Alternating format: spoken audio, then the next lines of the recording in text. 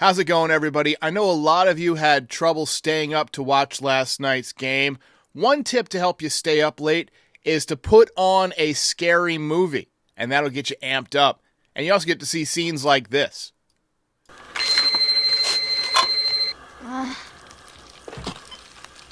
Hello? I got some hot Yankees takes. Oh, God!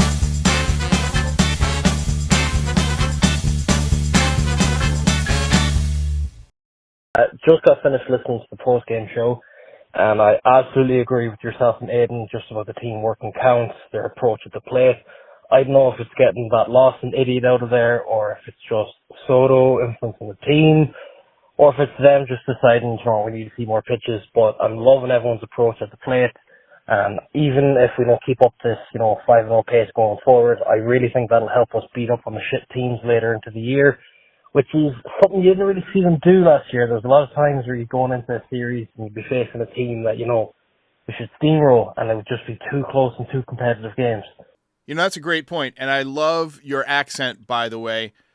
The Yankees have not played as well against the teams that they should beat.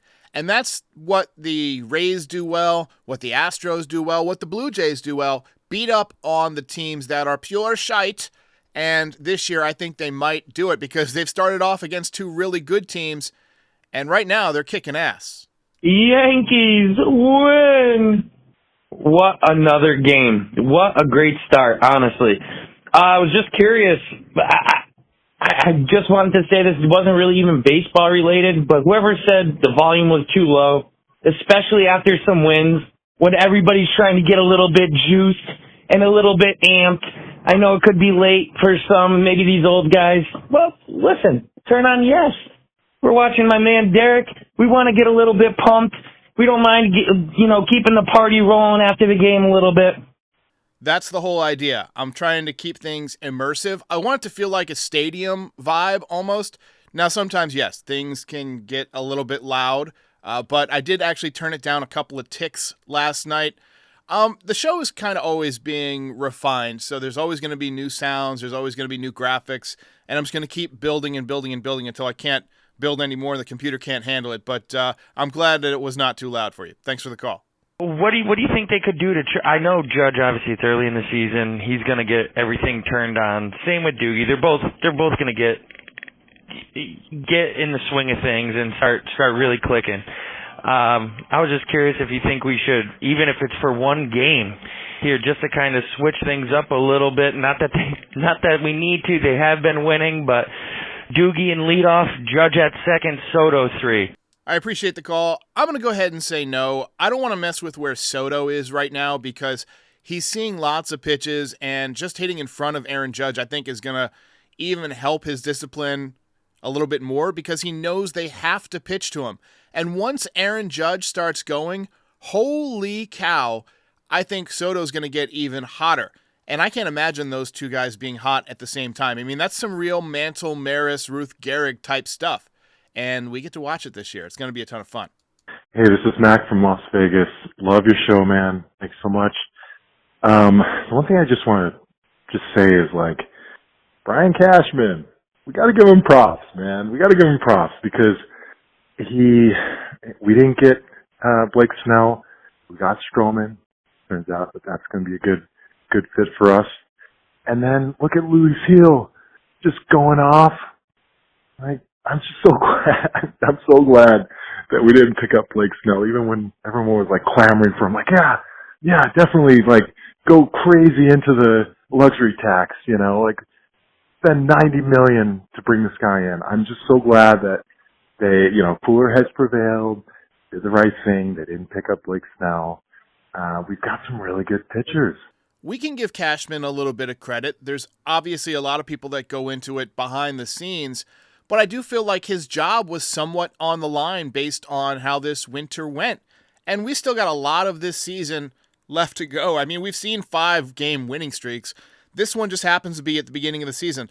This season still might not work out the way we're all expecting it to. I think it will go fine. But, if the Yankees somehow do collapse in the second half or have a bad year, I think Cashman's job really will be on the line. Hey, Derek. This is Kevin from Prague, Czech Republic. first-time caller, long-time listener.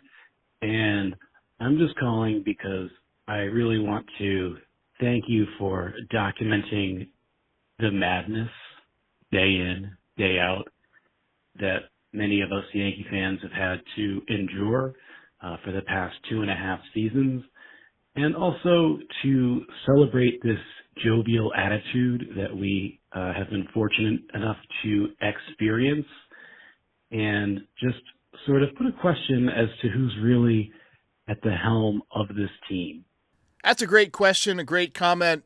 It's impossible for us to know who's, the most respected leader in the clubhouse. I know that Judge gets a lot of respect.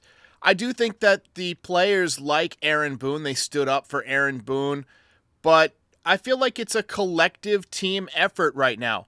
Juan Soto has added a little something. He's a world champ. We're getting guys like Stroman, who are veterans on the pitching staff. We're having guys like Verdugo hop in, who comes from an organization that also has deep history and tries to win. And, Verdugo is a guy who has been criticized in the past for some of his off-the-field stuff, but he seems to have really bonded well with Aaron Judge. They have the same hitting coach during the offseason. And I feel like there's just the right mix of guys right now, and everybody's playing with a lot of confidence, and confidence can take you a long way in baseball, man. I mean, I would not be shocked one bit if this team rattles off another 6 or 7 wins in a row. Just, that's the way they look right now. That's the way they feel. It would be a lot easier to do right now if we had Garrett Cole, but the fact that this team has stepped up and the pitching has stepped up without him has been huge, and the offense looks completely different this year. I'm loving it. And I want to give some credit to James Rowson, the new hitting coach. Whatever he's doing, man, it's working. Whatever offseason tweaks this team has made, they have come out of the gate on fire. And if you remember how bad they were in spring training, this just proves beyond any shadow of a doubt that spring training does not matter. Hey, Derek, it's T. Woods from middle of nowhere, Indiana, and I want to talk about Nick Burdi. It seems the past couple years, Cashman and the Yankees pitching staff have created these relievers that come out of nowhere, most recently Lucas Litke and Ian Hamilton, and it seems like Nick Burdi might be that this year. I know it's early saying that, jumping the gun a little bit. It's only been a few games, but he looked pretty good in the outings against the Astros, and we know someone out there is going to be the come-from-nowhere reliever this year. May as well be Nick Burdi.